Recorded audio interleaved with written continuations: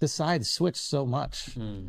You know, when I was younger, like Democrats were cool. They were getting their dick sucked in the office. They were like, right? They were like supportive of like hip hop music. They said, do whatever you want. Like, we don't want to be in your bedroom. They were cool with gay people. Like, it was cool to be a Democrat. Now, conservatives got 3 baby mamas. The president got 3 baby mamas. He's getting pussy left and right. Right? He's cool. He's the one saying, say whatever the fuck you want. So now conservatives have become Democrats. The premise of this joke is that Democrats are super uncool. They want to limit you. They don't want to get laid, and they want to limit all your rights to have fun, right? The premise is that Donald Trump, he looked like this. Even back then, he looked like this when he climbed on top of Stormy Daniels. Ended up having to pay her $200,000 for this, right? There's a punchline in there, but that punchline goes against their audience, right? It goes against their preconceived notions.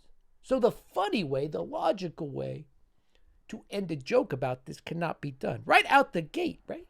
The bigger joke here is Donald Trump is paying $200,000 to have sex with a porn star.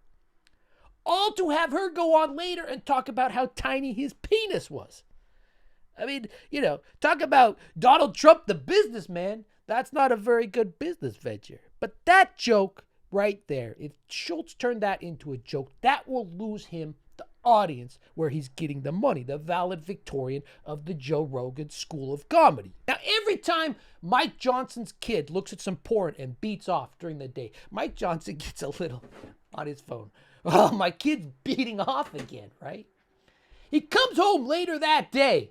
Whenever he gets home, or if he's been in Washington, D.C., he's got a whole list of times his kids jacked off, right? Think the premise of the joke. Republicans are super into sex and getting laid. He then can yell at his kid about the porn his kid was beating off to while he goes off and beats off to the same porn, and then his kid gets a notification. This is what you have to buy into.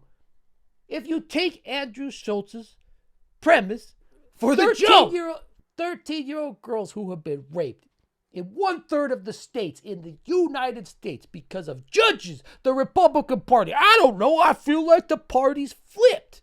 Yeah, they flipped off every woman in the country. That's the only way they flipped. In 1/3 of the states, women are forced to give birth to their attackers' babies, right? Because of legislation passed by the party that just loves the party of parties.